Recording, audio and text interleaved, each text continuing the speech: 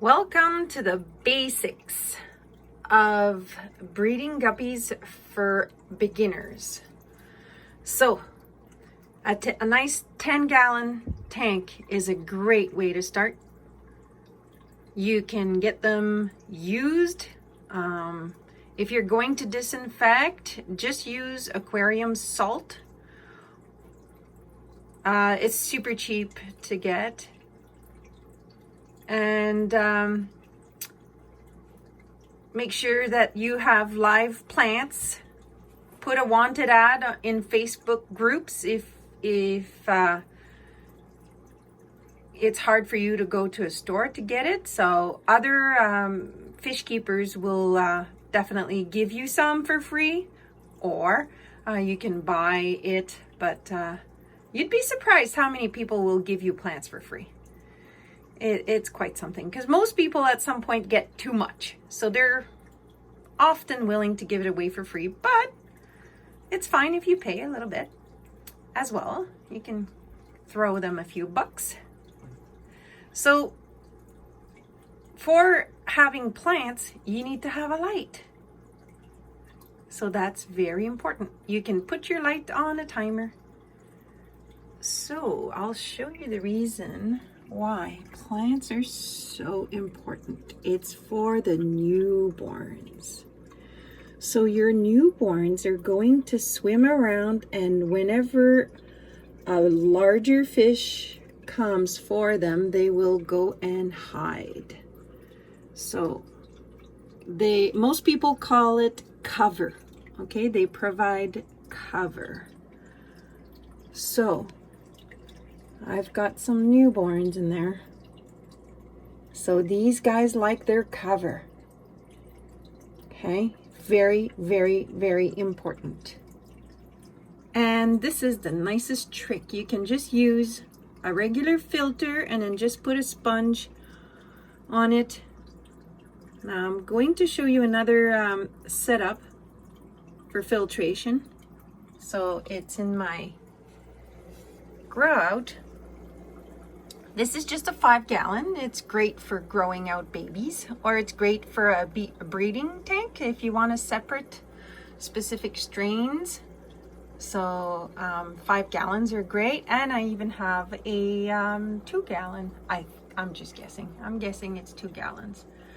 So especially if you're going to get half moons, if you're going to import fish or ship fish. They don't like change, so sometimes the males will become very lazy and unmotivated to get the females, so you have to almost put them in jail with a female and put them in a very small tank to so that they can't focus on anything else.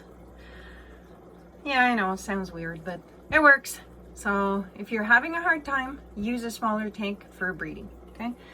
I just wanted to show you the filters.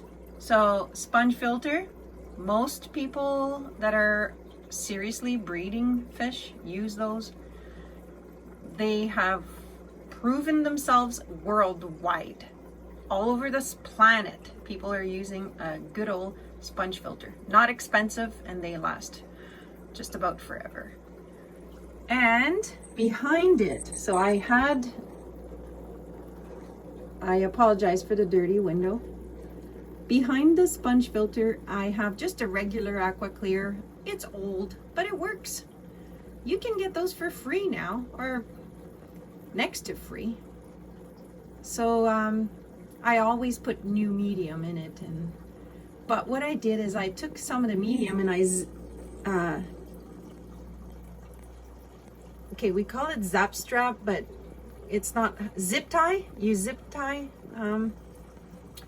You can zip tie the medium around the intake, so that way it doesn't suck your fry up into the filter. Okay, so problem solved, and it costs basically nothing. Okay, so there's a lot of free solutions to a lot of issues.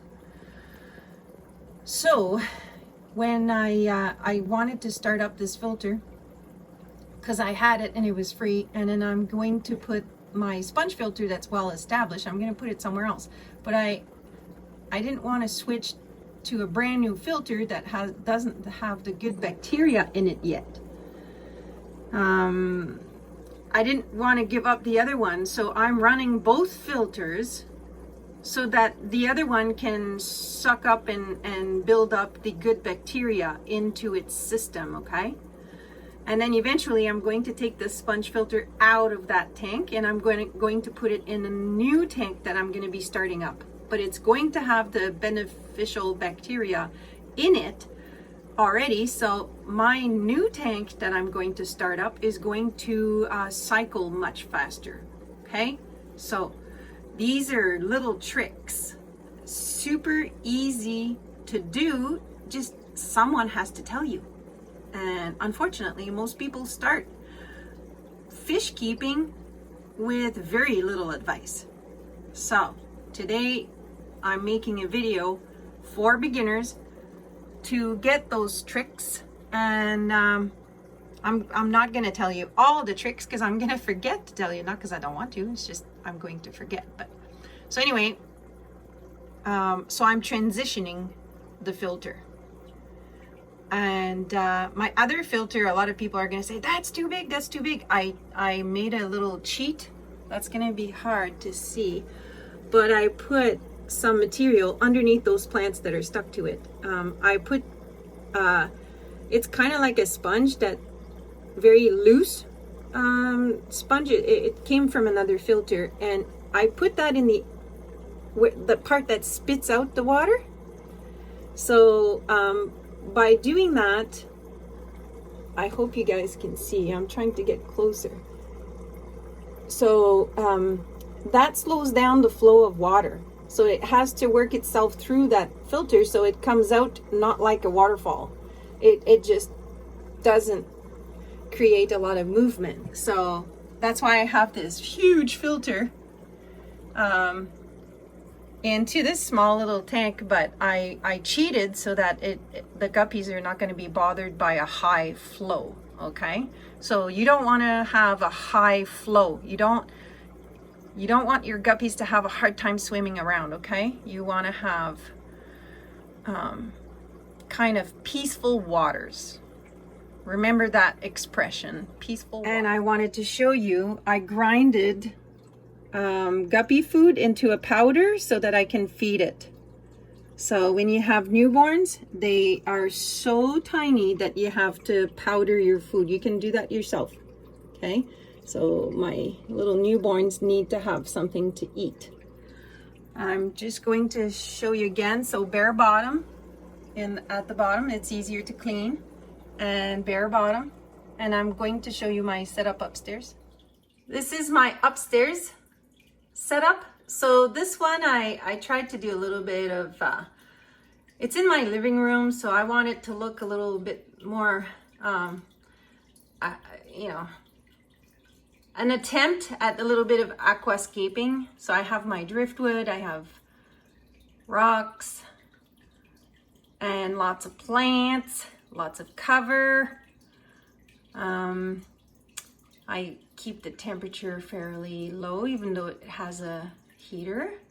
So here's how I did not put a sponge, but I have so many plants around the water intake on the regular filter that the babies are not getting sucked up. So this is working for me. I always make sure that I have a lot of plants around the filter. So far, my newborn fry is surviving. Ironically, it's thriving in this environment. So, and I cheated in here because I left the medium, but I pushed all the medium to the back, and the front of my tank where I dropped the food is bare. So I can clean up the front of my tank easily. Highly recommend. If you absolutely have to put some rocks, just keep your rocks in the back. Gravel, whatever. So that's a basic setup. The trick is call. And when I say call, you don't have to kill them. You can just give them away. or you can sell them cheap. So rehome them, okay? So you need to only keep your best. So do not start collecting guppies.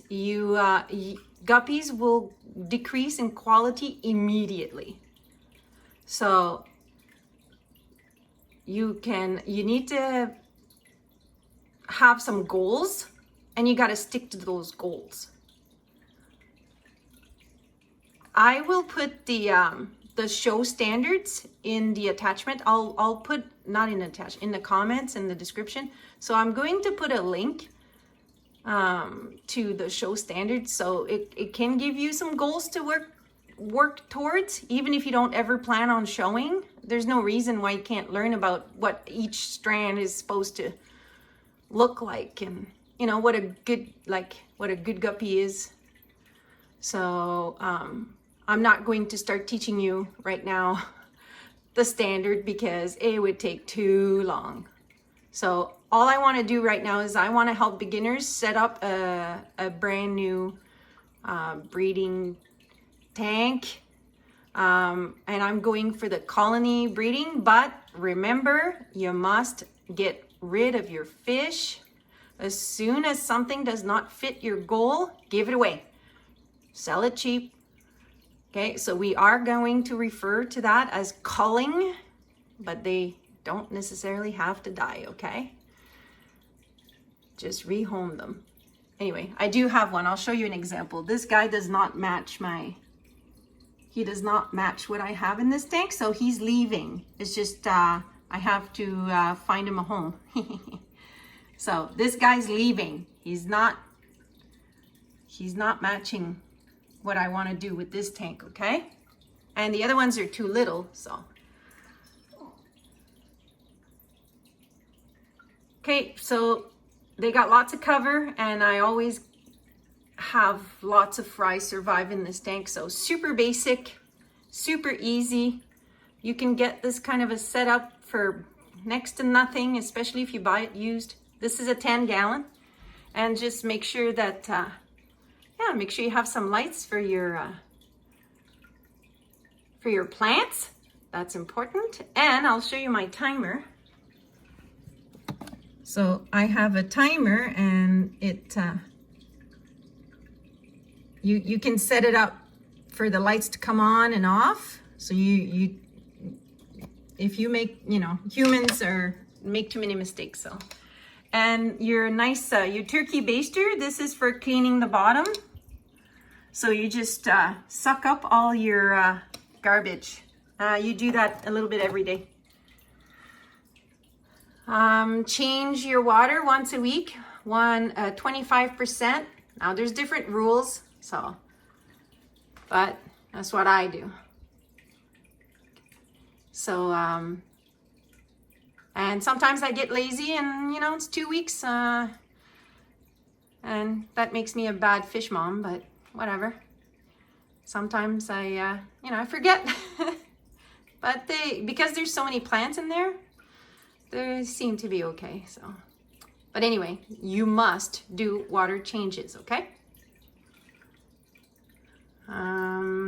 That's pretty much your basics. I can do a different video that goes more into detail about setting goals and things like that, okay? All right. Let me know how you decided to do your own setup in the comments, okay? Let me know how you chose to do it.